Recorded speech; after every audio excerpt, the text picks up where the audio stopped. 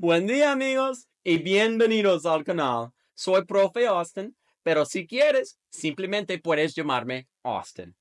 Hoy quiero hablar del tema de las palabras por y para y cuando elegimos una o la otra. Por and para are two words in Spanish which can confuse many learners because they oftentimes translate to the same English word, for. Well, in English, we use for to mean all sorts of things, and we need to understand those differences if we're going to master these two words. They also have all sorts of other translations that we'll get into over the course of this video. If you've ever felt the sting of being corrected for using por when you should have used para, or vice versa, this video aims to clear that up, so you'll never wonder again which one to use. Now, instead of just learning the situations when we use one or the other, today you're learning a new way of looking at these words, which will help you to instinctively feel which makes more sense in a given situation. So, the best advice that I can give you to get you on the right track towards understanding these two prepositions is to try to think about por and para in terms of an action in relation to a direction of movement. Why, you ask? Well, let's look at that word, why. You probably already know that in Spanish, when we want to ask why, we say por qué. But have you ever heard about para qué to ask why? Well, para qué diríamos para en vez de por. Por qué is used to ask what led us to doing something, while para qué, on the other hand, is used to ask what we hope the thing we're doing will lead us to, or the desired result. So if we ask someone, why did you do that? We can say, ¿por qué hiciste eso? To ask what led them to do it. Or, ¿para qué hiciste eso? To ask what they hoped to achieve by doing it. So how does this tie into what I'm saying about direction? Well, with por qué, we're describing the catalyst that precedes the present moment. So we're using it to look backwards. Whereas with para qué, we're describing the desired outcome. So we're looking forward.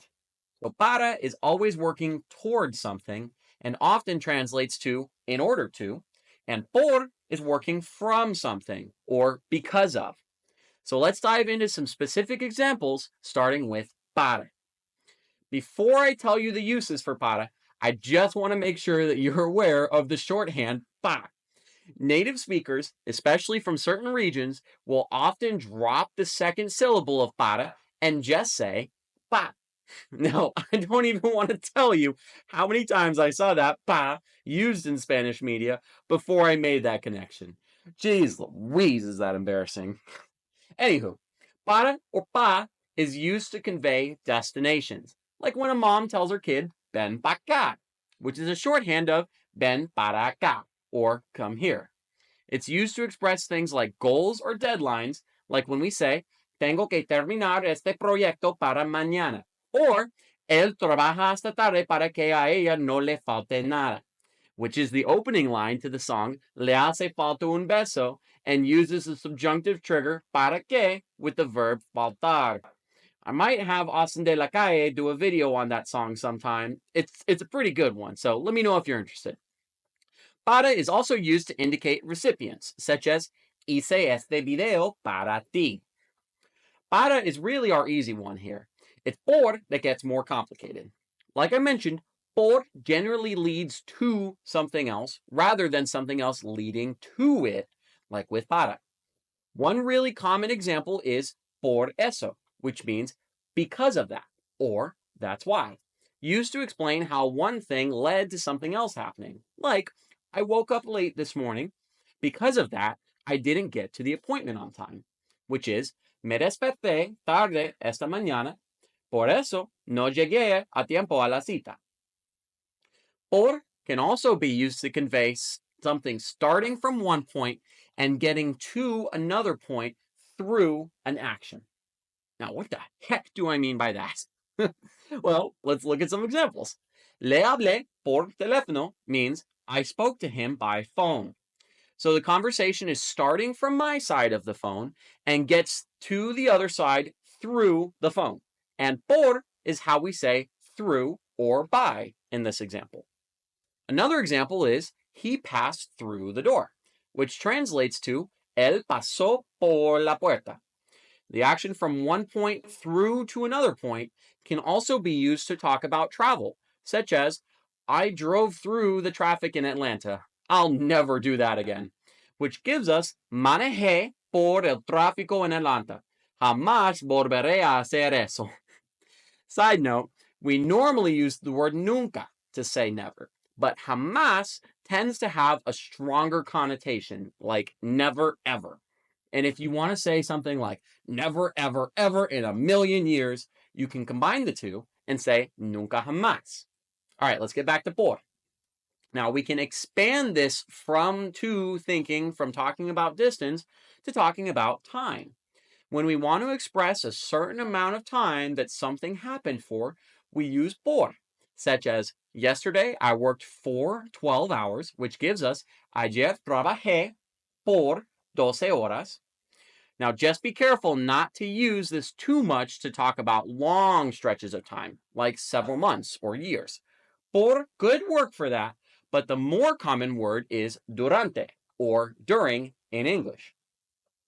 Finally, we can expand this from to thinking even further to discuss going from one item or from money to another item, also known as an exchange. If we want to buy something for a certain price, we use por to say how much we bought it for. Or if we need to replace one item for another, that also calls for por. So to say, I have to replace my refrigerator with a new one, that gives us tengo que cambiar mi nevera por una nueva. So, in summary, while para is used exclusively to look forward at the desired results, goals, deadlines, or recipients, por looks backwards to a starting point that contextualizes an action and can be used to describe something that came before the action, such as por qué, or our reason, our motivation for doing something. But por can also be used to look back at when an action started and talk about how something changed over the course of the action, like with communication methods, travel across distance, passage of time, or exchanges. So, with all that in mind, let's do a few practice rounds. I'm going to give you a few sample sentences in English, and I'll translate them into Spanish, but you'll have to decide whether we use por or para. Like always, these tests are open book, so feel free to jump around the video as much as you need before deciding on the answer. ¿Estás listo? Prepárate. Our first example is, I worked for 15 hours yesterday in order to make more money. Our translation is, ayer trabajé por para 15 horas por para ganar más dinero.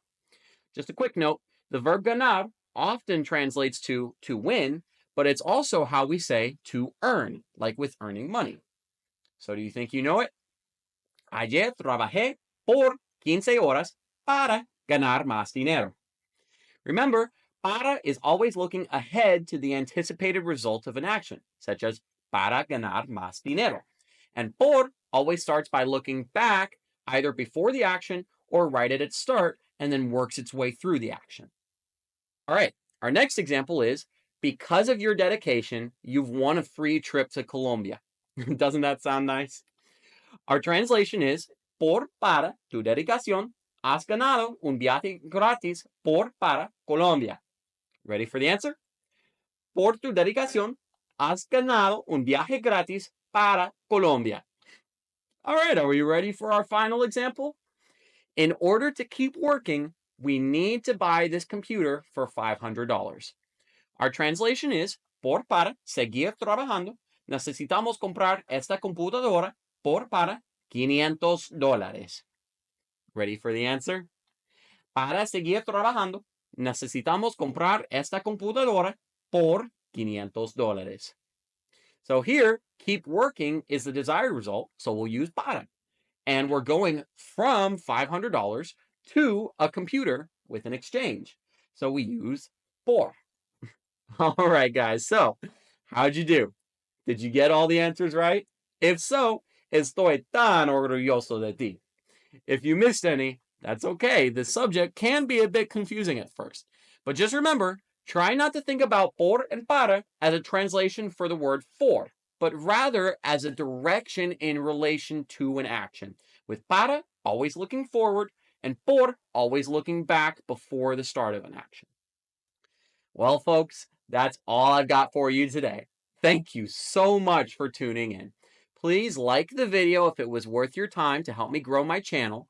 Subscribe if you haven't already, and comment if you have any questions or want to practice. Remember, I'm available for private lessons if you reach out at austinteachesspanish@gmail.com. Make sure you keep an eye out on my posts tab. I often post updates for what's coming next, polls for future video topics, practice quizzes, and more. Espero que te haya gustado el video. Que tengas un lindo día. Adiós.